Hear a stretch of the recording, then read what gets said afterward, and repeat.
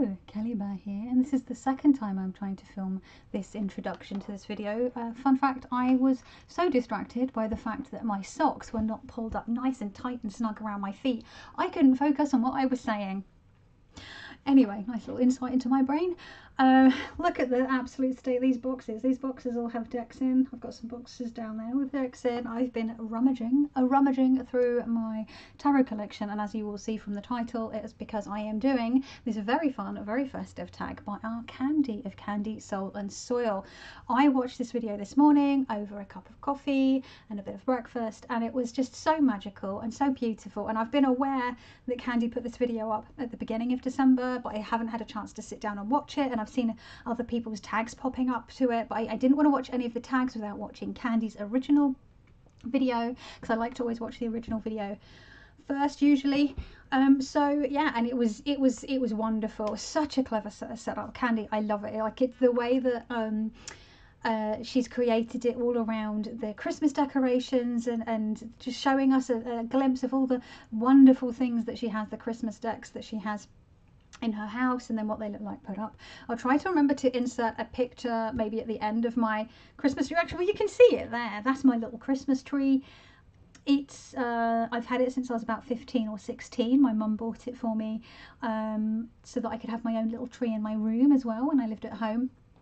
And it has come with me, and it has been with me since. So this tree is about 26 or 27 years old now. It's had to be repaired a couple of times. The motors died once, the light situation died, and the circuit needed fixing. But it's all functioning, and yeah, I absolutely love it. And it's adorned by a mixture of bought Christmas presents that have been Christmas decorations and baubles, and then some that have been gifted me over the years, and then a number that I have made myself, because I try to almost every year for over a decade to make my own little felt ornaments to gift to family and friends.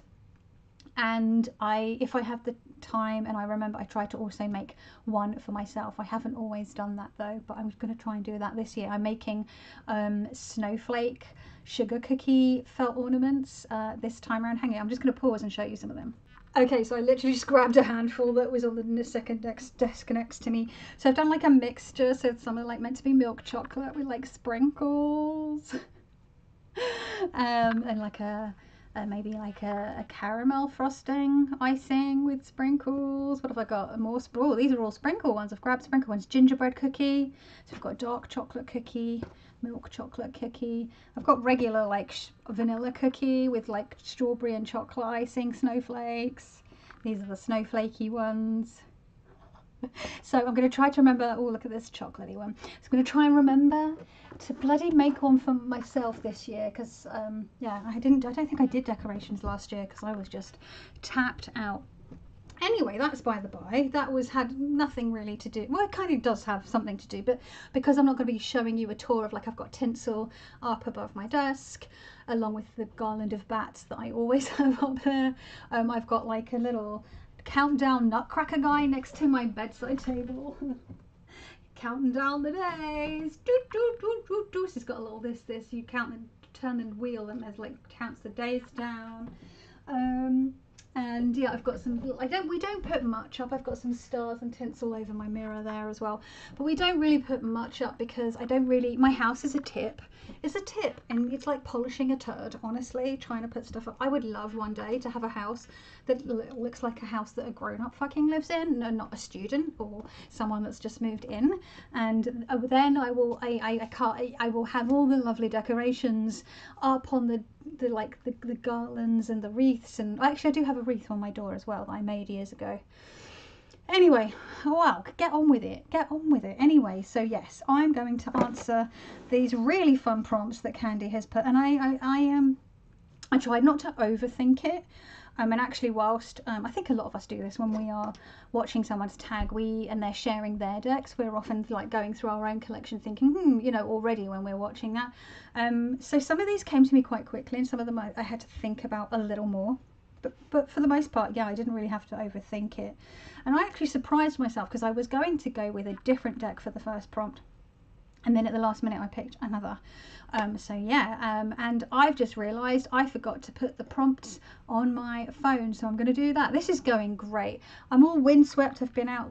I stuck these flowers in my hair, like to make it more Christmassy, because I'm all windswept. I've been out in the wind and the rain, like just not long ago, having a walk with Nomi. She hates the wind and the rain, so that was fun. But I was having a catch up with me and my neighbour. We went for a walk and for a coffee and stuff. So a walk and walking around the park drinking coffee is what I mean. It's always really nice. So I'm going to pause and I'm going to, this is a hot mess. I'll be back. Okay, I've put them on my phone. Also, it would help, I mean, you'll see in the title, because you've clicked on it, that it is the hashtag Christmas Tree Tarot. Oh my god, I'm all over the place today. But do you know what? I cannot be asked, honestly, to like start all over again, because I just know it'll probably just be another hot mess anyway.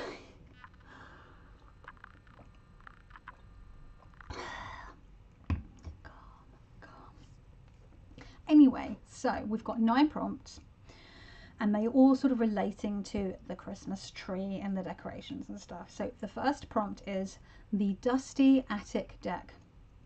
Sorry, my mouth's a bit sore because I've had dental work, so if I'm like, it's because my mouth hurts. A deck that feels like a dusty attic full of treasure and secrets. Now, I nearly went for a different deck, and I can't for the life of me remember the name of it off the top of my head because my memory is crap. But I ended up at the last minute going for this one. And yeah, this is a La Corte de Tarocchi, and this is by Anna Maria D'Onofrio, and this is an Il Menegolo, or Il Menegolo, I don't know how you actually pronounce it. I should probably look into that. But this deck is beautiful. It comes in a really lovely box. It's got the, you know, the usual stamp that we see. Goodness, it's really coming down. I'm glad we got in from the walk before it got this wet and this windy. It's now like torrential rain and gale force winds almost. Or maybe gale force is a bit of an exaggeration, but pretty blustery out there. Like 25-mile-per-hour winds is pretty high. And this deck just feels like, you know, I was going to go with maybe one of the vintagey feeling decks. It feels like you would find objects, the featured objects that you would find in an attic, a bit like the one that Candy herself picked. But it's like, no, I want to pick a deck that feels like you would find the deck itself in the furthest corner of an attic, maybe in an old wooden chest that's been in the family for a long time, or maybe that it's been bricked up behind a wall, or maybe in like a cupboard, a hidden storage place in the attic. I don't know.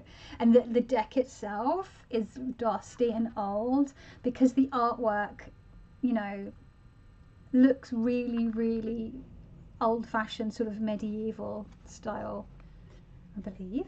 Medieval artwork. It's beautiful, actually. Rather than holding the whole thing up, because it's a chonker, it's really long.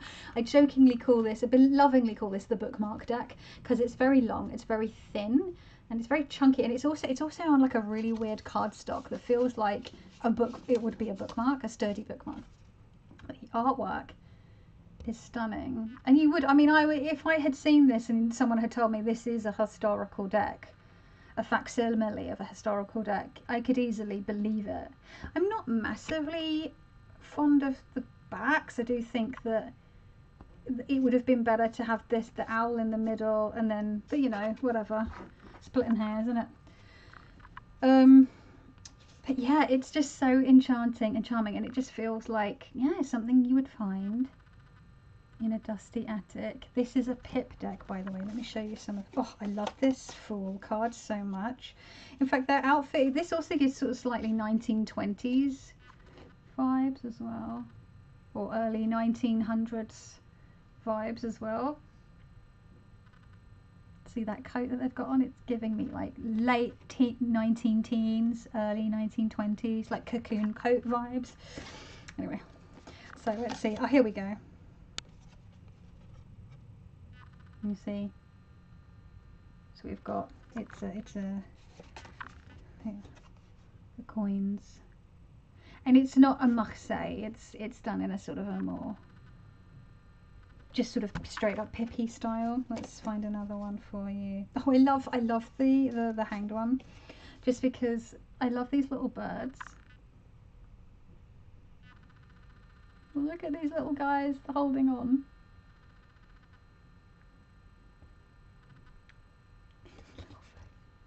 They're quite chill. So yeah, it's just charming. Some swords, 6 of swords. You can see. This one's a tricky one to shuffle. I cannot and would not riffle shuffle it anyway. But it's one of those sort of treasures in my collection that I don't use often, and it's one of those decks that I'm really gentle with. There's only a handful of decks in my collection that I'm sort of a bit more reverential with, you know, because they're very fragile or because they're like very limited edition and they're very out of print. Most of my out of print decks I'm still a bit rough with if they're like mass market, but this is, you know, my only Ilmenagalo deck. But I've gotten the hang of like shuffling this sort of overhand like this. I say that I'm just probably just going to drop them all of a sudden. But yeah, so that's number 1. That's my Dusty Attic deck. Excusez-moi. So the second one is the Christmas tree structure deck. So my Christmas tree, you just take it out the box and sit it in the stand and just fluff up the things. It's all in one. You don't have to assemble it. It's kind of just one and done. It's pretty cool. Just in case you were wondering, you probably weren't, but there we go. And so for me, the Christmas tree structure deck, tell me about the key tarot structure you love. So when Candy is saying this, she's talking about, are you a Smith-Waite person? Are you a Marseille? Maybe you like Thoth. Maybe you there's a particular deck that kind of does its own thing that you really enjoy the structure of. Maybe like the Dreams of Gaia tarot or the Chrysalis tarot are 2 that come to mind that kind of like do their own thing. So for me, those of you that have been watching my channel for the last few years will know I have become very much a Marseille reader, a Pip and Marseille reader. It's like my jam. I just find it endlessly fascinating. I find all tarot endlessly fascinating, but this, like, Marseille got my heart, right? It just does. So this is the mass market version of the squid cake that I've pulled out here. It's lots of fun, and yeah, I just really came to enjoy the, like, learning about the sort of historical side of tarot, like going further back than Smith-Waite and the like stuff that the Golden Dawn had like put onto, layered over the tarot, and also look at that, that's gorgeous. Just how freeing and open, I guess, the open reading, how sort of expressive these cards can actually be. I mean, I remember seeing these kinds of decks and thinking, like, who's reading this? How do you get anything from this?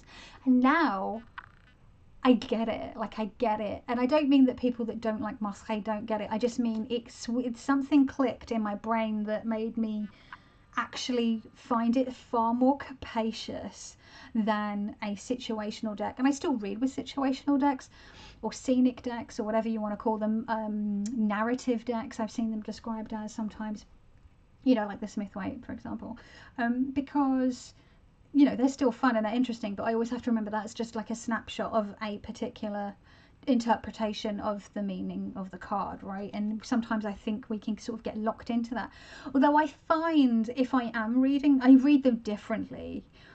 Marseille and Smith-Waite, that is. I'm less au fait with Thoth, but I have found that I read them differently.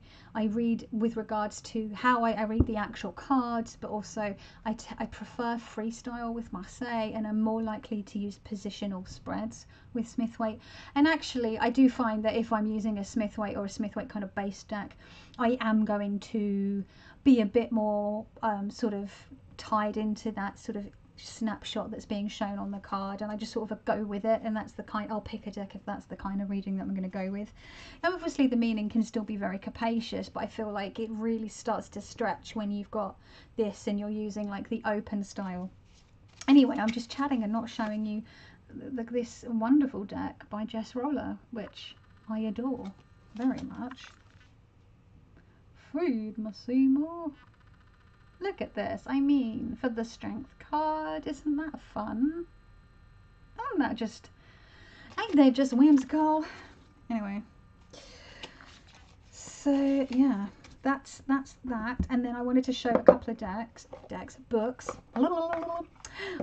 So the book that comes with the mass market version of this deck is a perfect little, you know, like, is it gonna like tell you everything about Marseille? Obviously not, look at the size of it.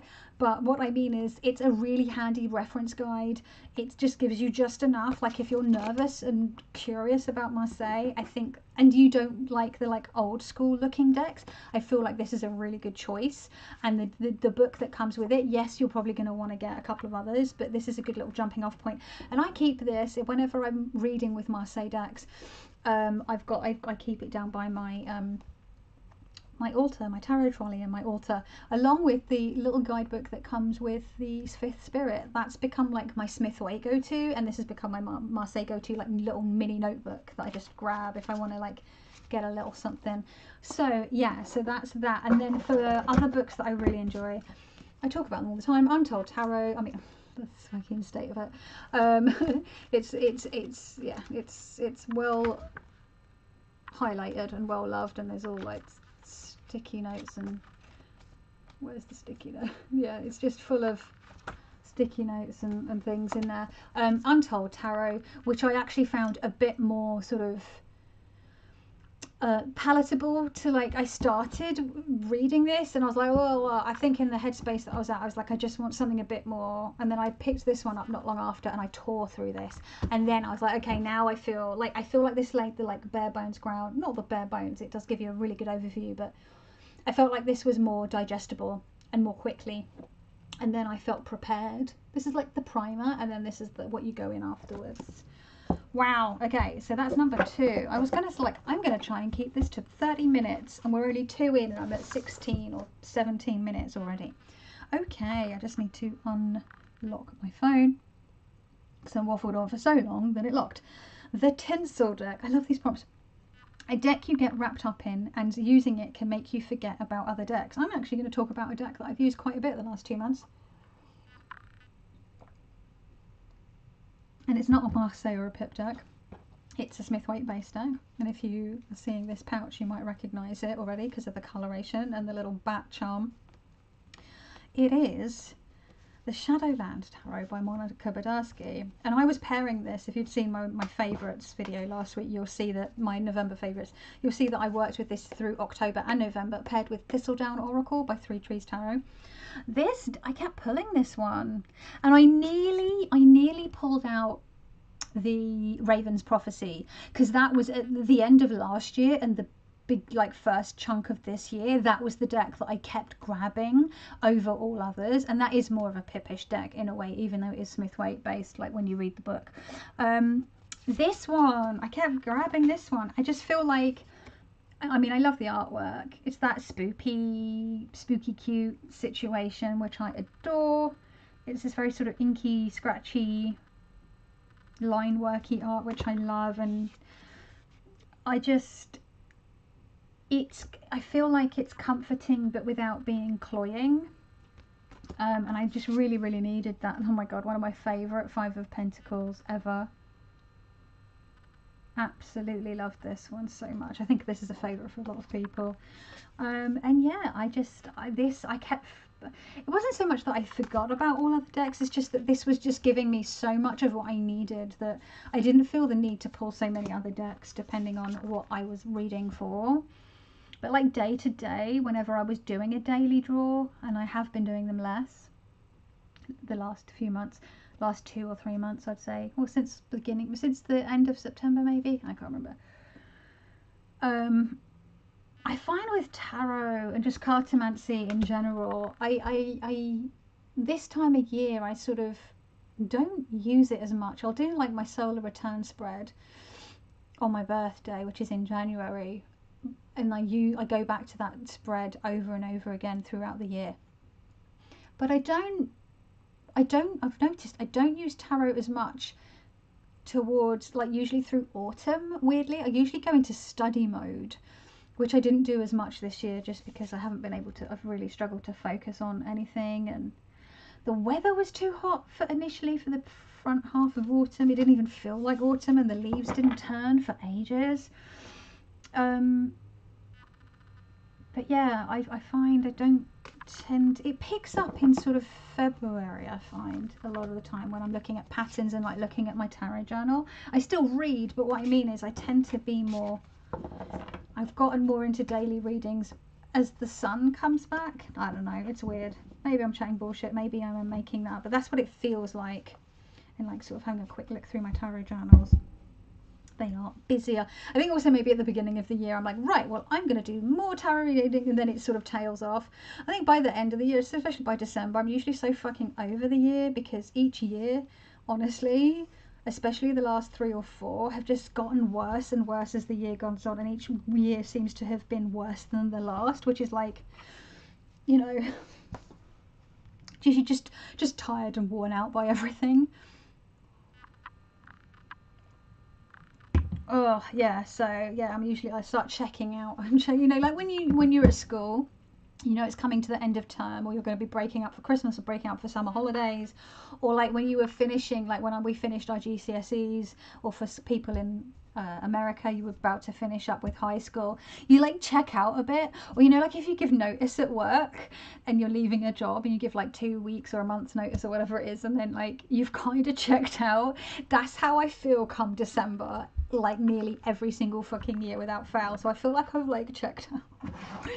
Anyway, I'm like, no, like I just want to eat mince pies and watch crappy Christmas films and good Christmas films. I save the god tier Christmas films till like the week leading up to Christmas and Christmas Day. Like Muppets Christmas Carol, you cannot blow your load on Muppets Christmas Carol in the first like couple of weeks of December. That is like Christmas Eve, Christmas Day watching. I tend to watch it on Christmas Eve because then you can sing, and after all there's only one more sleep till Christmas, and it's true. And then like, you know, like Elf is like top tier. Die Hard is top tier Christmas movie for me. So yeah, I've been watching like the cheesy fucking bullshit Hallmark ones. I've also rewatched Love Hard, because my spouse hadn't seen it. We watched that, and I rewatched The Holiday. I'd only watched it for the first time last year. I hate Jude Law's character. Actually, I hate most of them. The only character I don't hate, actually, that is Jack Black, because even like Kate Winslet's character is like, she works for the Tory graph and is like, clearly they come from a publishing family, and I'm like, I don't really feel sorry for you, sorry. Like, you mooning over this pathetic horrible guy for 3 years? No, sorry. A year? Maybe. 3 years? Maybe I'm just mean, I don't know.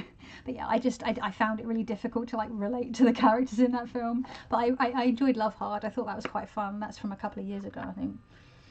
I'm trying to find all the queer Christmas movies this year, because there's more and more coming out each year. So I'm like, yes. Also, Straddle did an article on top 10 queer Christmas movies this year, so I need to check that out. Anyway, again, sidetracked. I side quest. Squirrel. The Bauble Deck, a deck that keeps rolling around and turns up over and over in your practice as you reach for it all the time. I think either in the last week's video or the video before, I can't remember when it was, I was like, sometimes I have to hide this deck. Like, I need to put it away in the bottom of the bottom box there, so it's a faff to get it out, because then I've got another heavy box on top of it, and then I've got a couple of other boxes that sit on top of those boxes that don't have decks in. And I'm like, I can't be asked, right? So I sometimes periodically have to put it away. But it's the Rabito Tarot. I can't remember when I got this one. This is the 2nd edition, I believe. Is it the 2nd edition, or am I chatting shit again? Chatting shit. No, yeah, printing 2, because I remember, I think it was the 3rd printing where Stacia, like she's my mate, Stacia Barrington actually finally made it so the book actually fits in with the deck, because my one, it's a bit bigger, and it does irk me. And the book's really great. But yeah, this deck, what magic is this? I'm sorry, but this and the Numinous Tarot by Cedar McLeod, how, when I say how much I have used those two decks, this deck and the Numinous Tarot, and they both have this like shiny gold, I do not understand how this gold, and I riffle shuffle this deck. You can even see that this deck, if you look carefully, if I try and get it, It's even got the riffle shuffler's bow. You can just about see. Anyway, so when I put it down, it kind of spins around on the table. How is this into? I don't understand. I'm like, what did they put this gold on with? Anyway, I don't know. But this deck, there is just, I don't know. This deck I come back to again and again and again from the moment I got it. One of my favourite folk cards in the world. This is a real Marmite card. People either love it or hate it. I absolutely love the fucking vibrancy and joy and childlike fun of this old man in this deck. And people are like, oh, he's a naked old man. So, like, what? Like, you can't see anything anyway. He's having a great time. Look at him. I love him. I love that there's age diversity in here. There's body diversity in here. There's like sort of racial, ethnic diversity. I don't even know what are words. Like, sometimes using the words racial and ethnic, they feel like words that were created around, like, that were put on people to sort of divide people, and like using those words sometimes just feels weird. I don't know.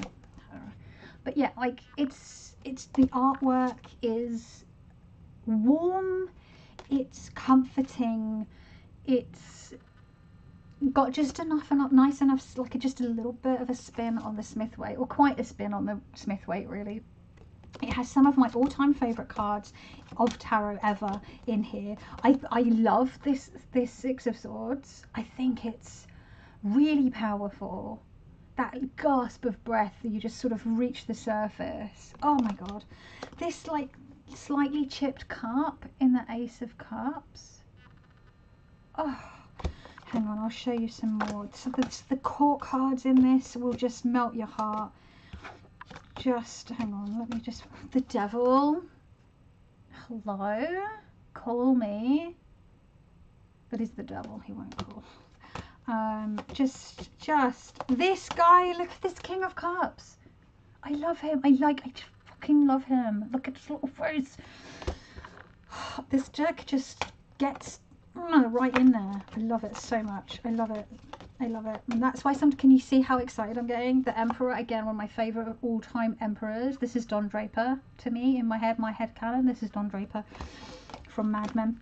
This is Jyn Erso from Rogue One in my head.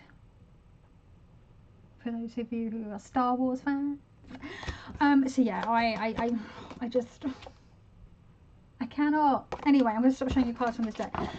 This, and you can see just how, like, I love it so much that I'd sometimes, at certain points through the year, if I just keep pulling it, because I usually have it down in the box next to my tarot trolley, my altar trolley, I have to hide it away because I'm like, enough, just fucking, like, stop pulling this deck.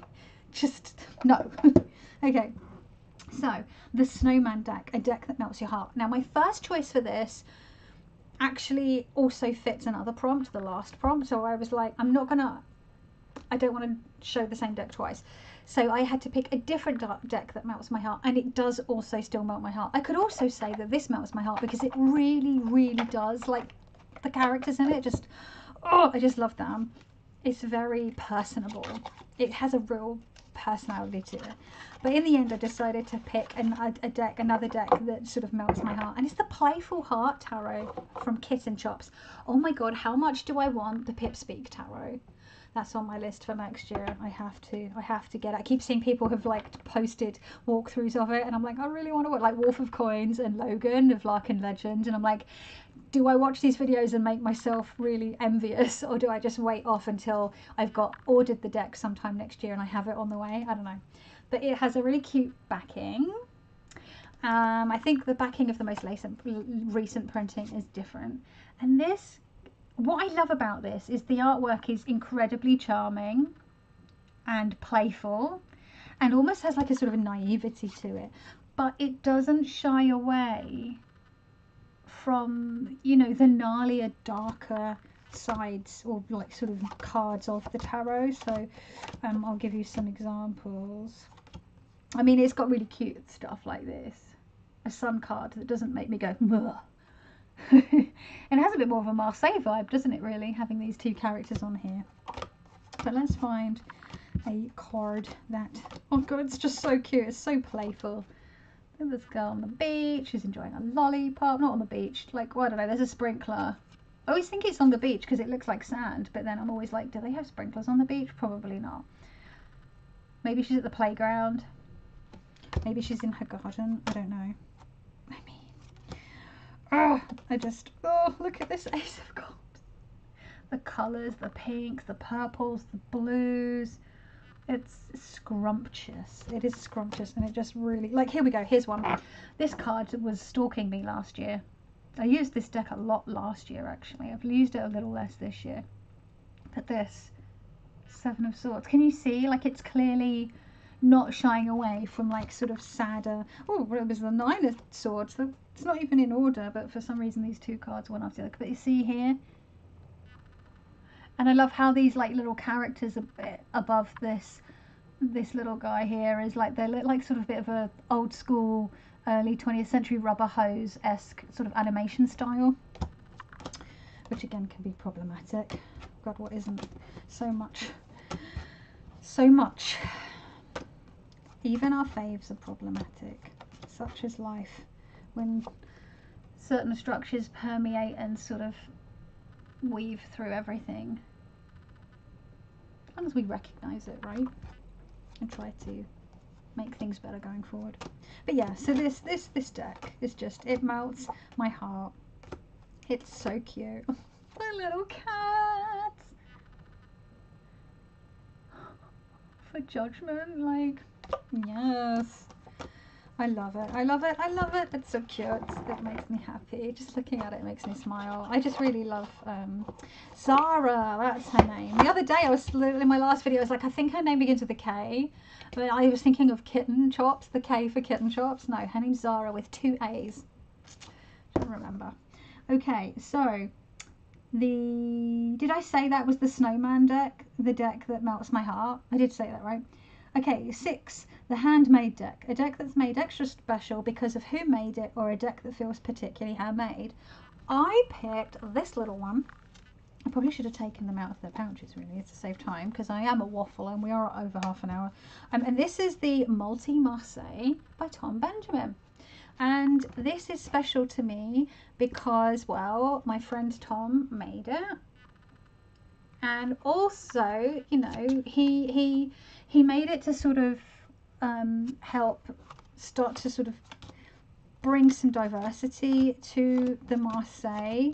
And I know he says, like, he admits that, you know, there's always going to be shortcomings when trying to do this. And he admitted when he made this, like, that he wouldn't class himself as someone who really draws, but he did this all on Procreate, and I really admire him for, like, pushing through and doing this. I think the artwork came out great. It's very charming. It's a redrawing of the Noble.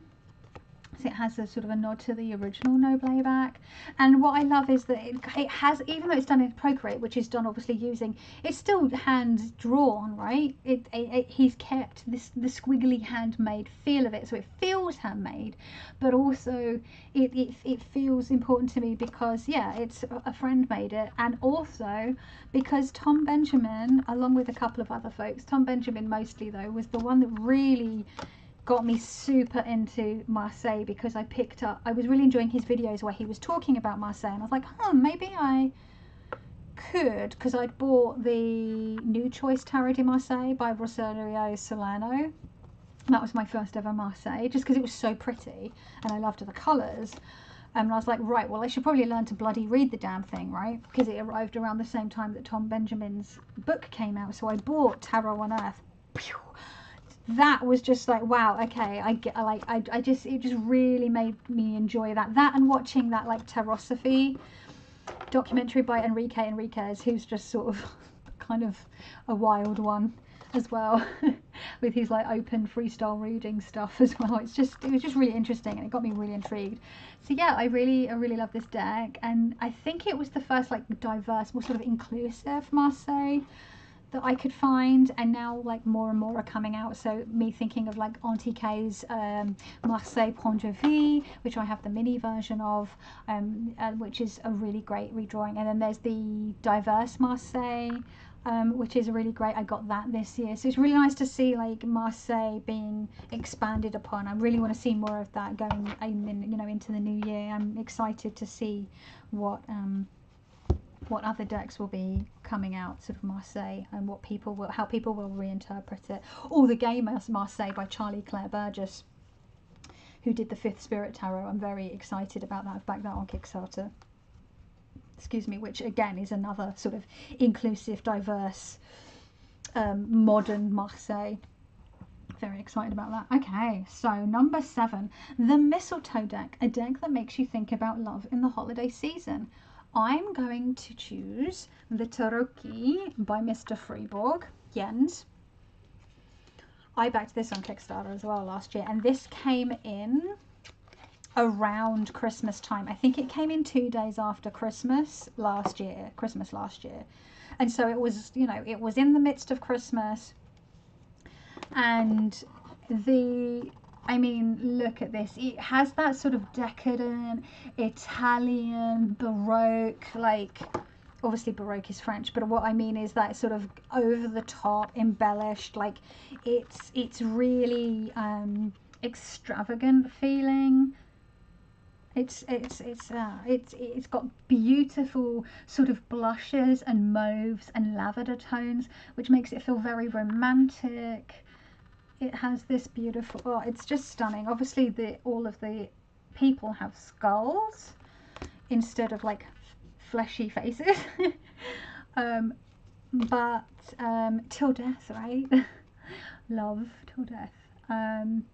It just feels very romantic and sumptuous and decadent and sensual, and the colours, it's a sexy, sensual deck.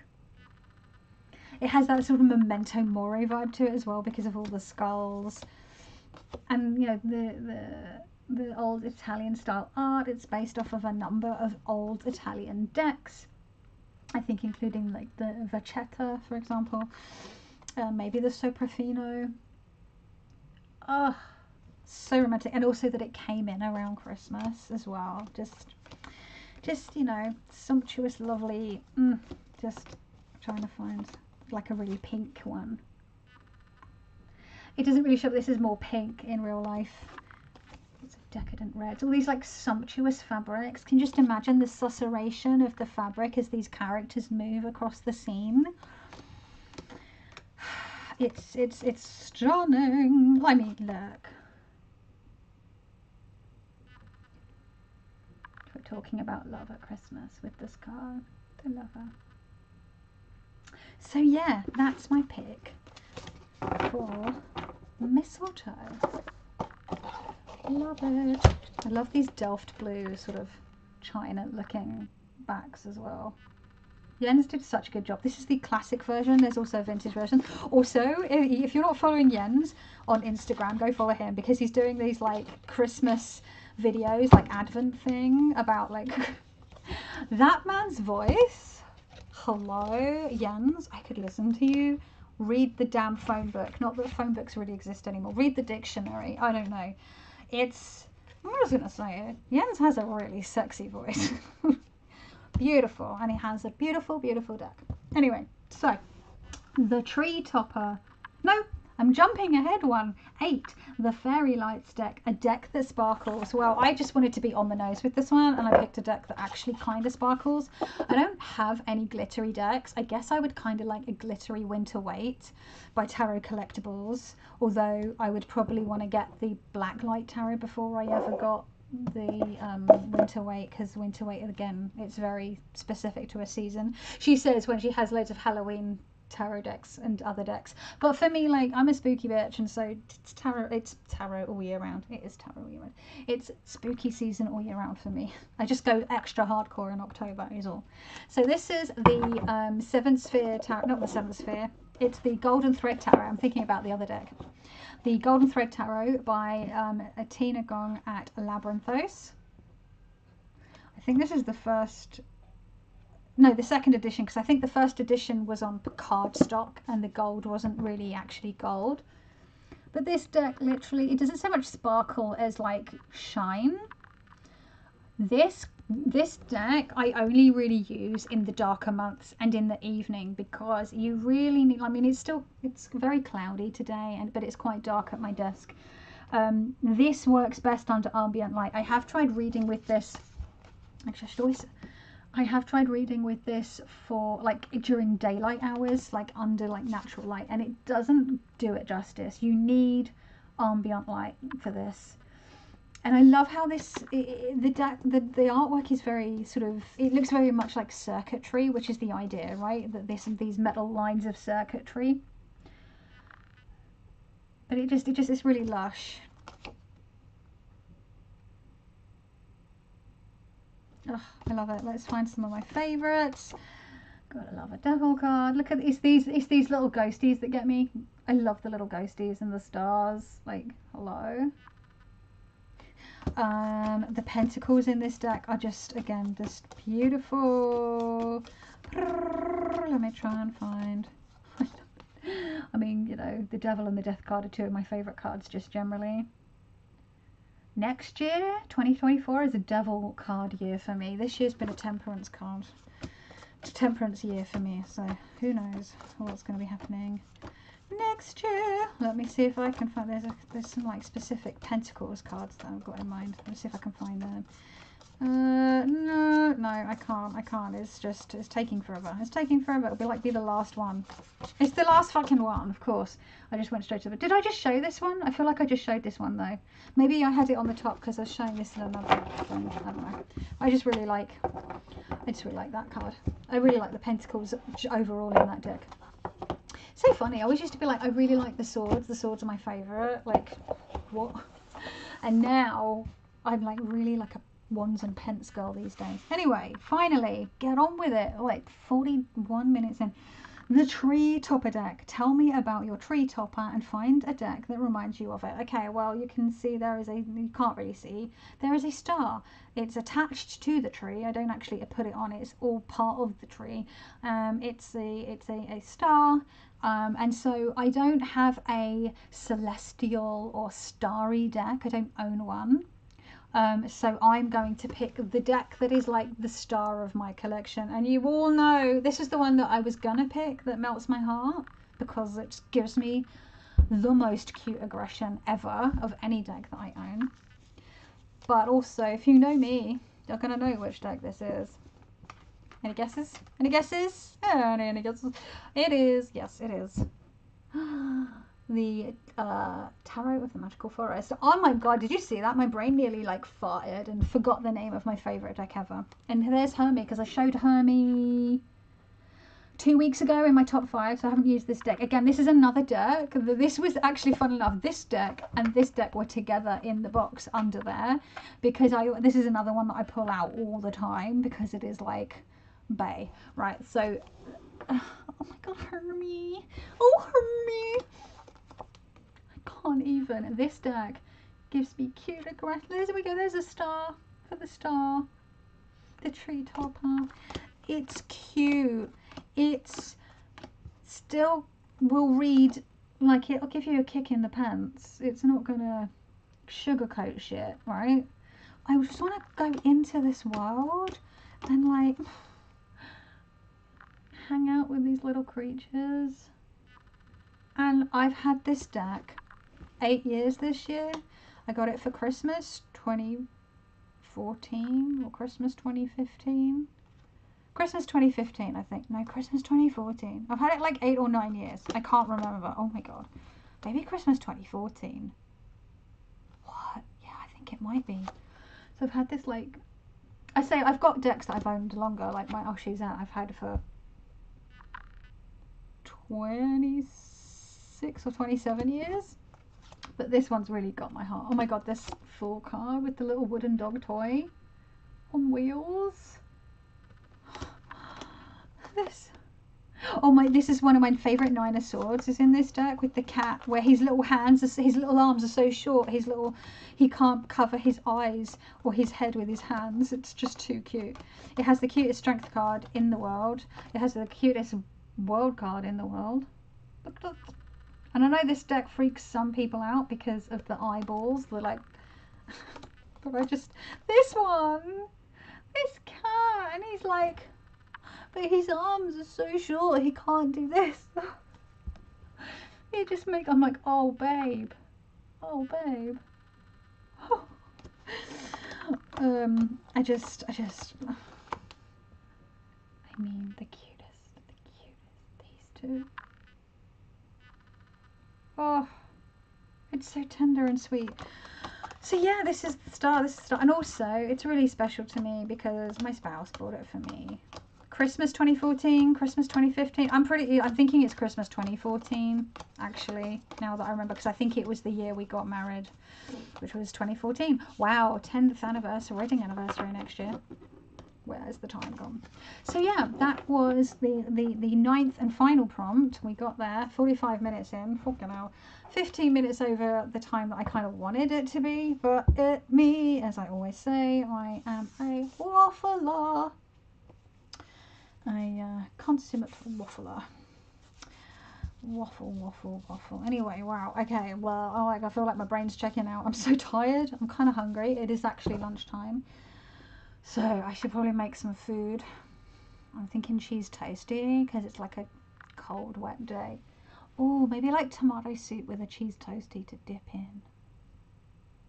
Anyway, you don't want to know what I'm having for lunch. So yeah, I'm going to say thank you so much to Candy for making this absolutely joyful, magical, like fun tag, themed, Christmas themed. I think the whole video was enchanting. Candy is enchanting. If you watch Candy, you know this, right? Everyone loves Candy. If you don't like Candy, I'm not going to trust you. I'm going to be like, how can you not love Candy? She's awesome. So thank you, Candy, for this wonderful tag. I am, I really enjoyed it.